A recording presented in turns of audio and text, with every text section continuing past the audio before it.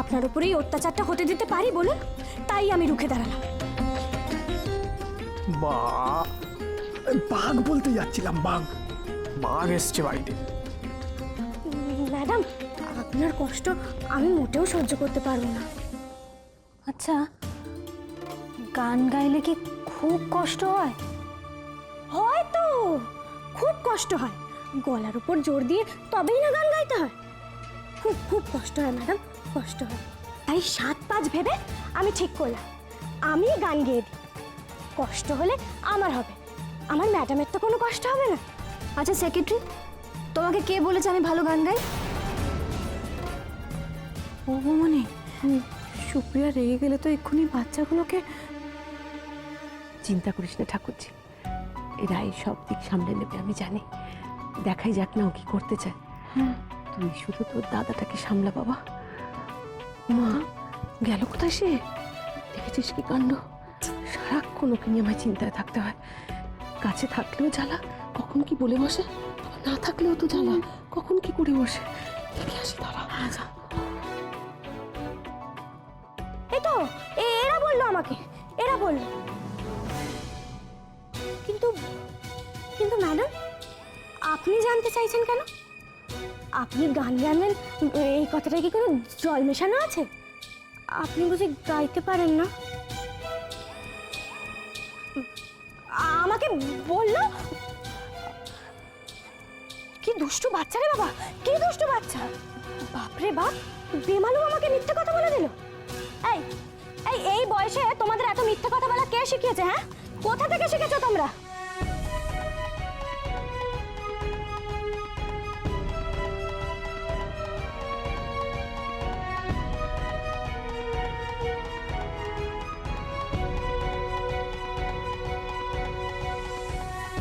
আমি যদি তোমাদের মায়ের সামনে তোমাদের কখনো বকি, তোমাদের উপর রাগ করি, তাহলে তোমরা আমার উপর রাগ করবে না, কষ্টও পাবে না, একটুও কাঁদবে না।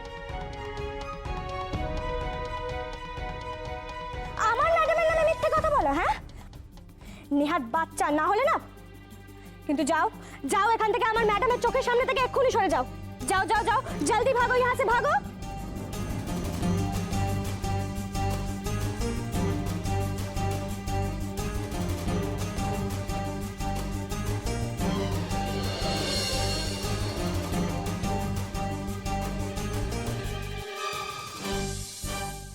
দাঁড়াও।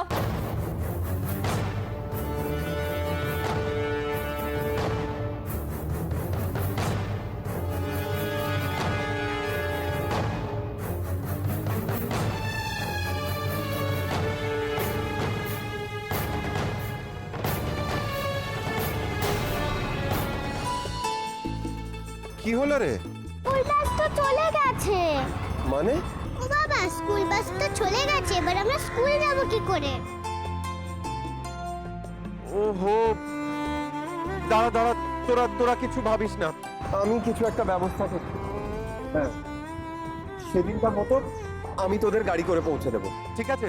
চল চল চল। একটা কথা বলবো বাবা, আজ স্কুল না গেলেও তো হয়। সে কি রে গুড়িয়া, তুই স্কুলে যেতে চাইছিস না? আমিও যেতে চাইছি না। কি কি হলো তোদের আজ? তোরা তো স্কুলে যাওয়ার জন্য ছটফট করিস। সে তো বাড়ির থেকেই যাওয়ার জন্য। আগে মনে হতো কতক্ষণে স্কুলে যাব, আর ছুটি হলে আর বাড়ি ফিরতে ইচ্ছে করতো না, আর আজ স্কুলে যেতে ইচ্ছেই করছে না। আর এখন মনে হচ্ছে এই বাড়িতেই থাকি, কি মজা হচ্ছে। এই সেক্রেটারিটাকে ভালো না বাবা? এই দিদি, ওটা তো মায়ের সেক্রেটারি, আমাদের না। তুই সেক্রেটারি বলছিস কেন রে? তাহলে কি বলবো? ও বাবা, তুমি বলো তো আমাদের মায়ের সেক্রেটারিকে আমরা কি বলবো? তোদের যা মন চায় তাই বলে যা।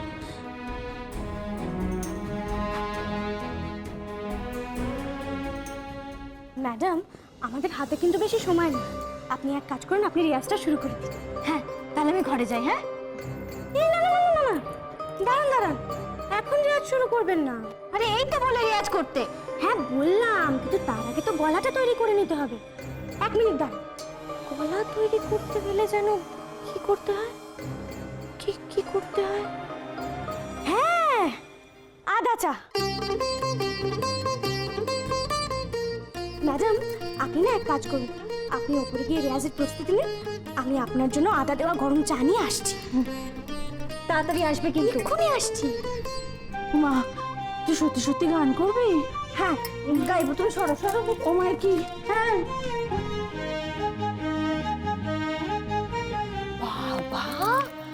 আমি ভাবলাম এক্ষুনি লাগলো বলে।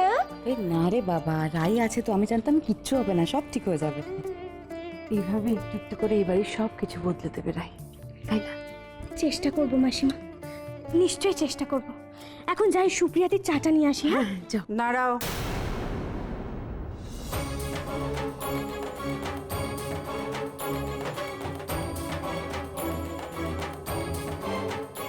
আরে আরে এভাবে নিয়ে যাচ্ছেন কেন ওকে? শুনুন রাই,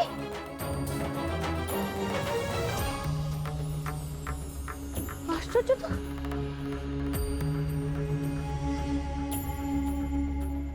কি হলো বলতো ঠাকুরজি? হ্যাঁ, ওই উনি এইভাবে টানতে টানতে রাইকে নিয়ে গেলেন কেন ওনার ঘরে? আর কিছু হবে না, তুমি চলো না, কিছু হবে না। কি হলো ব্যাপারটা? মা হঠাৎ ওই আয়াকে টেনে করে নিয়ে গেল কেন? রাইয়ের গান শুনে দিদিরও গান গাওয়ার ইচ্ছে হয়েছে। শোনেন তুমি, মনটা কোন দিকে থাকে? তার মানে নির্ঘাত মা যেসব দেখে চটেছে, রাইকে আজকে আর কেউ বাঁচাতে পারবে না।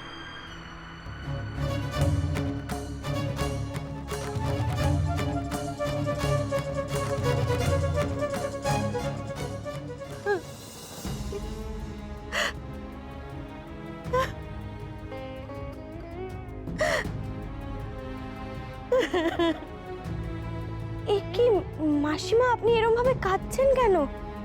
কি হয়েছে বলুন আমাকে। আনন্দে, জানো, আনন্দে। আজ কত বছর বাদে সুপ্রিয়া আবার গান গাইতে চাইল, অথচ আগে আগে কত ভালো গান গাইতো। গাইতো? হ্যাঁ গো, খুব ভালো গান গাইতো, খুব ভালো। কিন্তু ওই যে ওর ওই সন্দেহবাতিক, ওর খালি মনে হতো যে ওর থেকে ওর দিদি বেশি ভালো গান গায়, ওর দিদি বেশি ভালো গান গায়, আর আমি ওর দিদির গানটাই বেশি পছন্দ করি, ওর গান পছন্দ করি না। ব্যাস, নিজেও গান গাওয়া ছেড়ে দিল, আমার বড় মেয়েকেও আর গাইতে দিল না।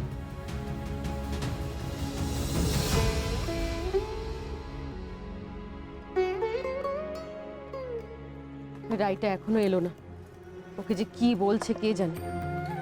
আমার মনে হয় চলে যেতে বলেছে। মানে বুঝতে পারছেন না? আমার শাশুড়ি মা তো ওকে এ বাড়িতে থাকতেই দেবেন। আমার মনে হয় রাইয়ের আজকে এ বাড়িতে শেষ দিন। প্রথম দিন থেকে যা রেগেছিলেন, তার উপর আজকে যা হলো, তারপর আর হ্যাঁ, তা তো বলবেন।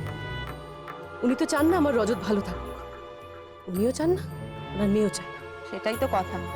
আমার শাশুড়ি মা রায়কে তাড়িয়েই ছাড়ে।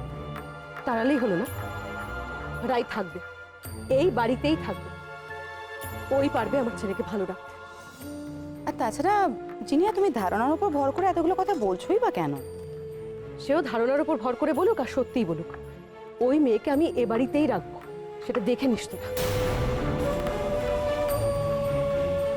আরে বৌমনি, মাকে কি শিফট করতে পারলেন রজত বাবু? কেমন আছে আমার মা? খবরটা পাই কি করে? উনি বাড়ি না আসা পর্যন্ত। এই সেক্রেটারি শোনো। ওমা, তোমার চোখে জল কেন?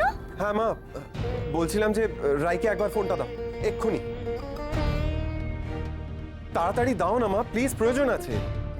হ্যাঁ রাই, বলছিলাম যে ওখানে ওদিকে কে আছো?